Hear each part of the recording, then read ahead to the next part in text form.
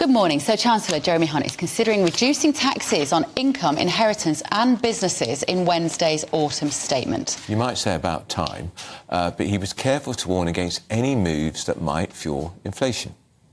I do believe that if we're going to be a dynamic, thriving, energetic, fizzing economy, we need low tax and we need taxes to be lower than they are at the moment. We're not going to do anything irresponsible, particularly by which I mean anything that fuels inflation.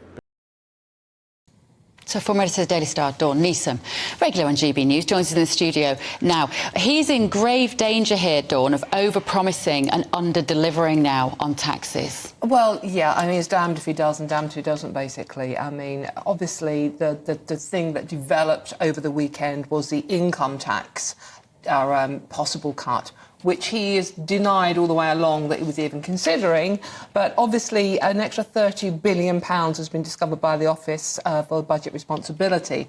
So they now think maybe that they can cut 1 or 2p off the income tax. However, then the Cabinet are saying, well, that could trigger inflation again, and there is that debate. You know, the most important thing I think he said over the weekend is that whatever happens, it was all signed off last night, by the way. It's just got to be approved. Andrew, you're the political expert here, so you know better than me. It was all signed off last night, evidently, and now needs to be approved. But, you know, the one line you take away from everything and all the speculation over the weekend was that they may defer cuts, whatever cuts they may be, whether it's inheritance tax or income tax or winter fuel payments or national insurance or any of the other things they've discussed, until the spring budget. And if you take anything away from it, it's the statement from Jeremy Hunt at the weekend, Rome wasn't built in a day. And that means that basically everything we've speculated on, everything the paper's been full of all weekend, and and it's so many, business tax, small business VAT, stamp duty, premium bonds even, all discussed, but It'll be mad if they do that for a number of reasons, Dawn, because people, A, need the money in their pocket now. Of course. And secondly, we could have an election in May, because if the small boats Rwanda issue is not resolved, and I suspect it won't be, and if the numbers of migrants crossing the channel are multiplying throughout the summer, a May election. So, we get these tax cuts in April, and people will think, did we not see that? Are we really going to fall for that? Yeah. Well, exactly. That's such an overt election bribe. Yes, and that's what it sounds like. And the thing is, it's like, the inheritance tax, which is the big thing, it affects a tiny percentage of people. They're not going to do it, Dom. I know they won't do it, because Labour, the instant ammunition for Labour then, isn't it? You can actually use that as well. You're helping the rich rather than helping the majority, ignoring the fact that many of the people in London and the South East are not rich who will also fall into this. But, it's like, you mentioned the migration policy and obviously the NHS, the waiting list. Now, it's like promising to cut income tax. Is that more important to people than the small boats and the NHS?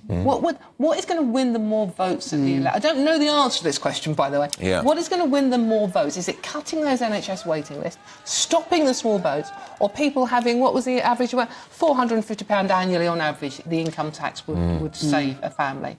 Which is more important? Which is going to win that election? I think if they stop the boats, if they sorted the immigration, the migrants out, I think it would be a game changer. Yeah, I think you're probably right, but I mean, it's everything. Because people are sick to death of it. The whole length and breadth of the country, they're sick of it. Sick of these people pouring in. We don't ever get rid of them. They stay forever. There was a story in one of the Sunday Storms saying tens of thousands of these people who are here illegally will be given an amnesty. For heaven's sake.